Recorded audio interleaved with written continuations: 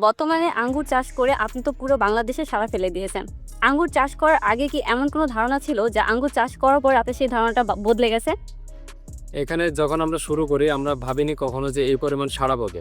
নতুন একটি জিনিস হয়তো ভেবেছিলাম নতুন একটি জিনিস যদি করি সেক্ষেত্রে কিছুটা সাড়া পাবো, মানুষজন আগ্রহ প্রকাশ করবে, তবে এই পরিমাণ সাড়া পাবো সেটা ভাবিনি। আর আমাদের যা আশা ছিল তার থেকে অনেক বেশি কিছু পেয়েছি।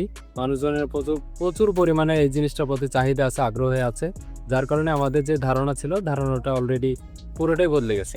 আচ্ছা, মানুষ তো আপনার সফলতা দেখছে। আমি আপনার জীবনের সফলতার পিছনের ব্যর্থতার গল্প শুনতে যাচ্ছি। আচ্ছা, আমি কিন্তু এই জিনিসটা প্রথমবার করে যে সফলতা পেয়েছি বিষয়টা এমন না। আমি জীবনে বহু কিছু করেছি, বহুবার ব্যর্থ হয়েছি।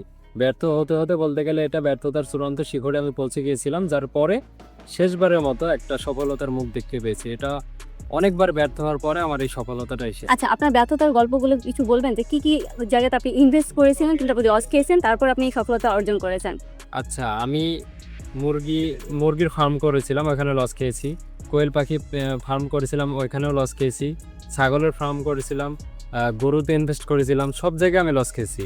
লস খেতে খেতে খেতে খেতে এখন এই যে আঙুরটাতে এসে মোটামুটি একটা সফলতার মুখ দেখতে পেয়েছি। তাহলে মানতেই হবে যে আপনি অনেক ব্যর্থতার সিঁড়ি দিয়ে তারপর এই সফলতা অর্জন করেছেন। তার মানে আপনার ধৈর্যটা কত, মানে আপনার ইচ্ছা শক্তিটা কত বেশি ছিল।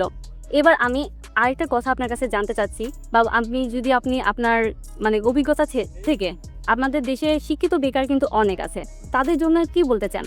যারা ঘরে বসে আছে বা তারা চেষ্টা করছে কিন্তু ব্যর্থ হচ্ছে বারবার, কিন্তু বসে যাচ্ছে, তাদের জন্য আপনার কি বলার আছে? আচ্ছা, আমাদের দেশ যেহেতু মধ্যবিত্ত একটি দেশ, আমাদের দেশে কিন্তু চাকরি পাওয়া খুবই কঠিন। বর্তমান দেশের যে অবস্থা, শিক্ষিত বেকারের হার অনেক বেশি। শুধু শুধু পড়াশোনা করে বেকার বসে আছে, চাকরির পেছনে ছুটছে, সময় কিন্তু চলে যাচ্ছে, বয়স বেড়ে যাচ্ছে। সময় চলে গেলে সময় কিন্তু আর ফিরে আসে না। তাই বেকারত্বর দাসত্ব যারা হয়ে এখনো পড়ে আছেন, আমি বলবো যে কোনো না কোনো কিছু নিয়ে চেষ্টা করেন। আমি যে আঙুর করে সফলতা পেয়েছি তার মানে এ না যে আপনাকে আঙুর চাষ করতে হবে। আপনি এমন কিছু করতে পারেন, শুরু করতে পারেন বা চেষ্টা করতে পারেন, ইনশাল্লাহ একটা সময় কিন্তু আপনি সফল হতে পারবেন বা সফলতা অর্জন করতে পারবেন। আচ্ছা, অলরেডি সবাই জানে আপনার ঠিকানা, আপনি যদি আবার আমাদের এই ভিডিওর মাধ্যমে জানাই দেন আর কি। আমাদের বাগানের লোকেশন হচ্ছে রাজশাহী জেলা দুর্গাপুর থানা বখতিয়ারপুর গ্রাম। এটা বখতিয়ারপুর করবপাড়া।